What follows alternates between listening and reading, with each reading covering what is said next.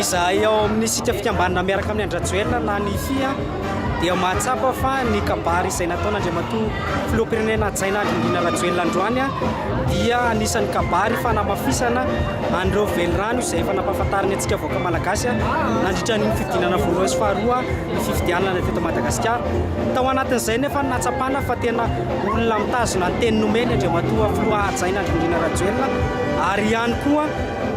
ireo zavatra izay nampanantenainy tamintsika dia efa nisy nasehona antsika androany. Tao anatin'izay ny resaka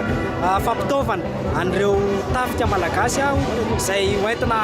fandriam-pahalemana eto amin'ny tany sy firenena dia efa nasehona antsika androany ireo fitaovana izay hoentina hiadiana amin'izany asan-dalo izany. Midika izany fa olony asa Andriamatoa filoha tsy vitany hoe kabary fotsiny fa tena arahany asa izany zavatra izany. Tao anatin'izay koa mahatanora anay dia natsampy izay fa tsy diso anjara tao anatin'iny kabary iny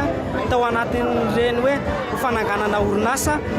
manerana Madagasikara isaka amin'ny province ho fanomezana asa ny tanora indrindra ireo vahoaka tsy hanasa rehetrarehetra ka ao anatin'izay mahavelom-bolony anay tanora mpanohana an'Andriamatoa Andrinirina Rajoelina sy ireo fikambanana ary mahavelom-bolony vahoaka malagasy fa tena iroso ao anatin'ny tena hoe fandrosoana sy fampandrosoantsika mandritra ny 5 taona manaraka izay itondran'Andriamatoa Andrinirina Rajoelina filoha Jaina.